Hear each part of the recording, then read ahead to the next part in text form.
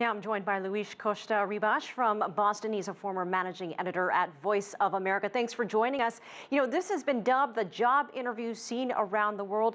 Why the total turnaround from how this position was chosen in the past, and will outside opinions make a difference? Well, we'll see, because as you know, Elaine, the Security Council retains the last word in terms of who's going to recommend which candidate to the General Assembly. So it is their responsibility at the end of the day.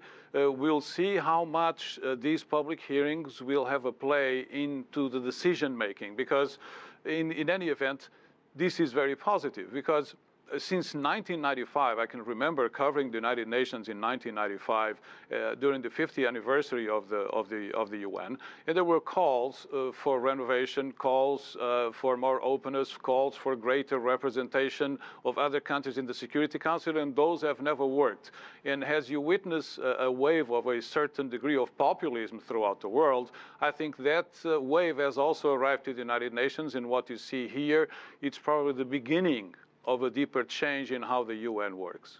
You know, we're also seeing strong female candidates. What is the likelihood we'll see the first female Secretary General?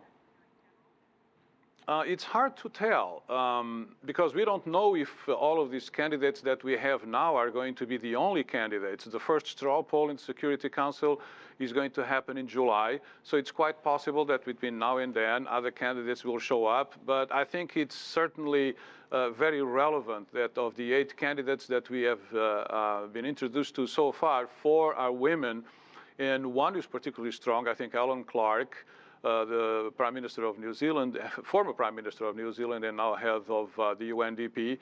She's probably the strongest female candidate. So we'll see, because I think at the end of the day, what all candidates need to know is that they cannot upset any of the 5 permanent members of the UN Security Council. Those are the 5 gatekeepers that they, need to stay in good terms with. And I think these countries are going to choose the candidate that they like, be that a man or a woman. So it's hard to know, but I think it's time for gender equality. It's time for gender parity. The United Nations, some agencies of the United Nations, namely the UNHCR, have made great progress in that regard, but more is needed. And I think there's greater acceptance of that today than there was a few years ago. So we'll see how receptive the UN Security Council members are going to be.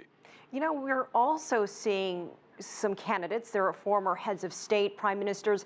Do you think there is more desire for someone with more executive experience? Because you look at the contenders, you mentioned the 8 so far, they all have that. What does this say or could say about the direction the UN is moving in? It's an interesting question, Elaine, because you do see that there's greater emphasis now, and I think many of the candidates today talked about that.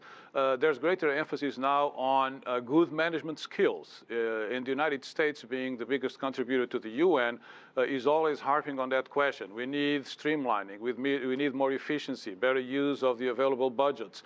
So that's certainly very important. But it's also important to note that 3 of the 8 candidates also have UN experience. You have Antonio Guterres from the UNHCR, you have Irina Boganova coming from UNESCO, and Elaine from the UNDP. So I think that's also important. That may give them an extra element of leverage there, because not only they have executive experience and they have UN experience, which is a slightly different way. There's a slightly different way of managing things at the United Nations.